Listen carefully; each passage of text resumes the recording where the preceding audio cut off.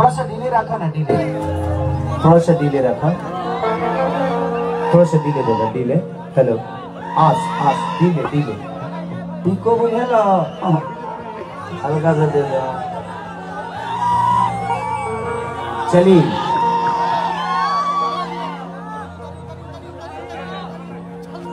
जन विश्वास महारैली में आज आप सबके स्वागत बा।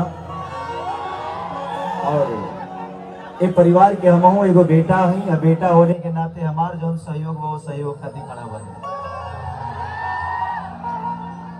जिंग रुबा लोगिन ताहे दिल से ये परिवार की सेवा आज वर्षों वर्षों से कई करत आ रहल बनी। हम जब से होश सवरनी तब से परिवार के सेवे करत है।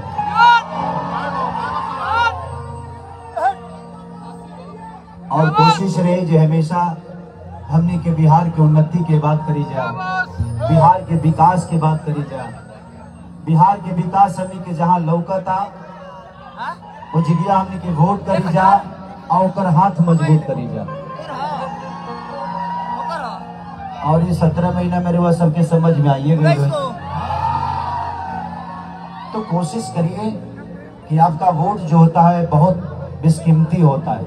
जिंदगी में आपको अपने बेटे पे अधिकार हो या ना हो, बट आपका अधिकार आपके वोट पे होता है, आपके मत पे होता है। तो उस मत को ऐसे जगह देना है हमें जहां हमारे बिहार का हमारे अपनों का विकास हो, हर व्यवस्था अच्छी हो, शिक्षा अच्छी हो, मेडिकल की व्यवस्था अच्छी हो, हर वो चीज फैक्ट्रियां हो, नौकरी हो, तब ना बिहार बदलेगा।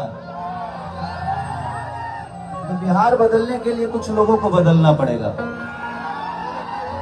तो बदलाव की तरफ हम सबको जाना पड़ेगा और हमारी कोशिश रहेगी कि हम बदलते बिहार को अभी तक तो नहीं देखे, लेकिन अब शायद आशा जगी है थोड़ी सी, शायद अब बिहार बदल जाए।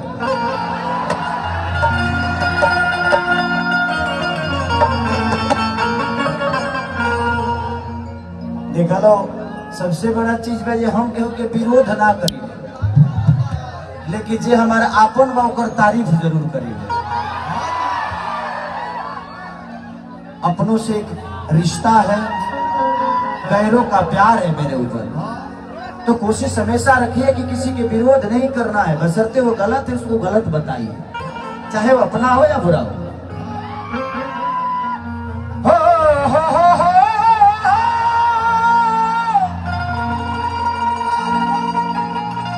आप लोग बैठ जाइए, या तो बैठ जाइए नहीं तो उतर जाइए, दो ही विकल्प है, या तो बैठ जाइए नहीं तो उतर जाइए।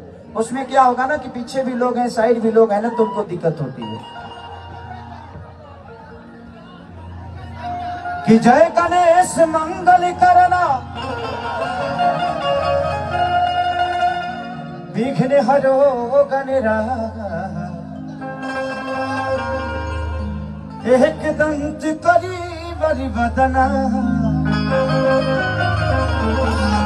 सीधी करो ममका। कि माँ के ज्योति से नूर मिलता है, सभी के दिलों को सरूर मिलता है। माँ के दरबार में जो जाए खाली है, उसे कुछ ना कुछ जरूर मिलता है।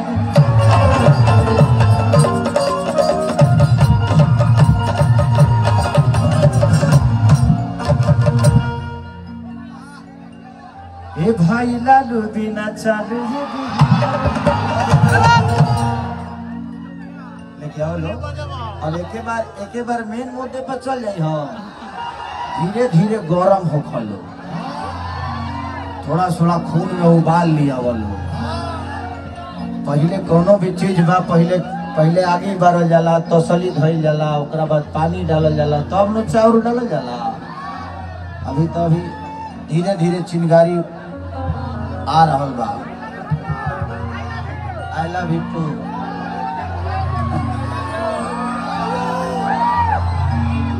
किसा चलता दरबार भगती के बलहार, तो पूजैया होता है राजा। आज सजल दरबार भगती के बलहार तो पूजैया होता है कि नवदी नदिया जाने लोग जागेला 1 2 3 4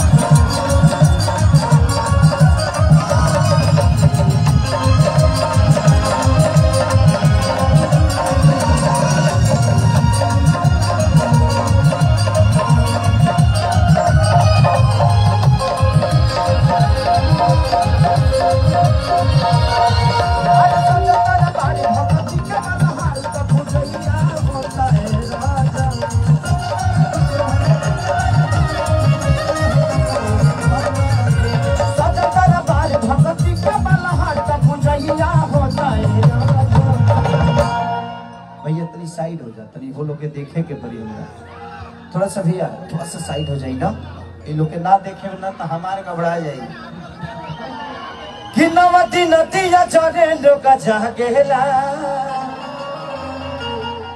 तमाई के लागल बारे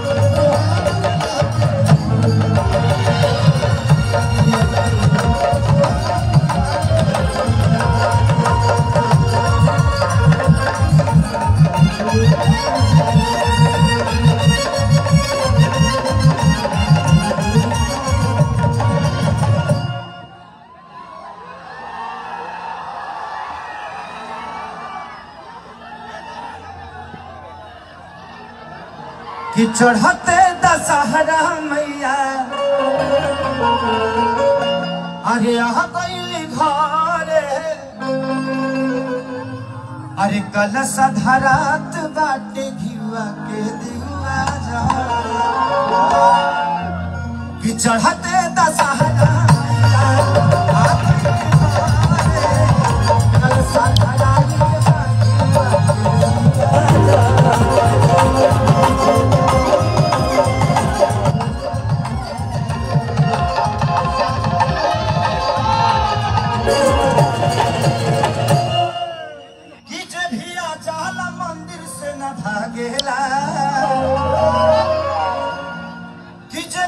जाला मंदिर से न भागेला तमाई के लागल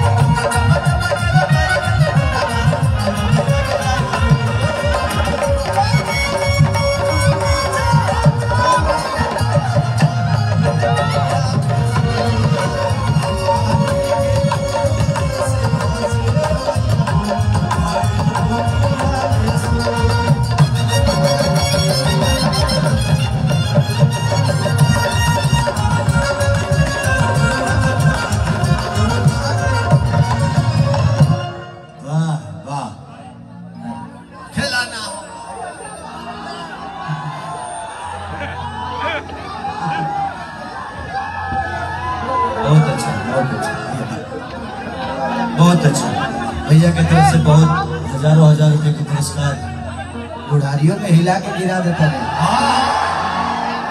पैसा आई लव यू टू ये मावा नहीं खाए का हो ढेर पीछे मत रहना तो कहूँ गाता दे दी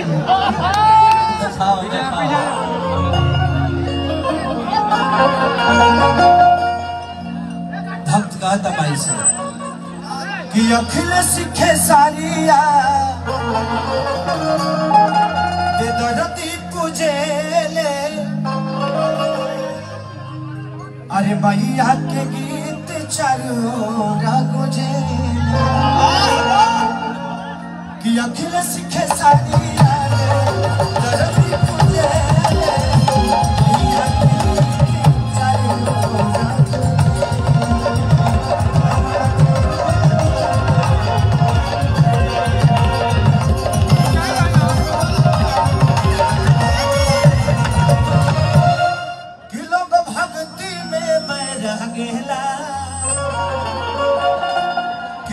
भक्ति में बैरागेला तो माइके लागे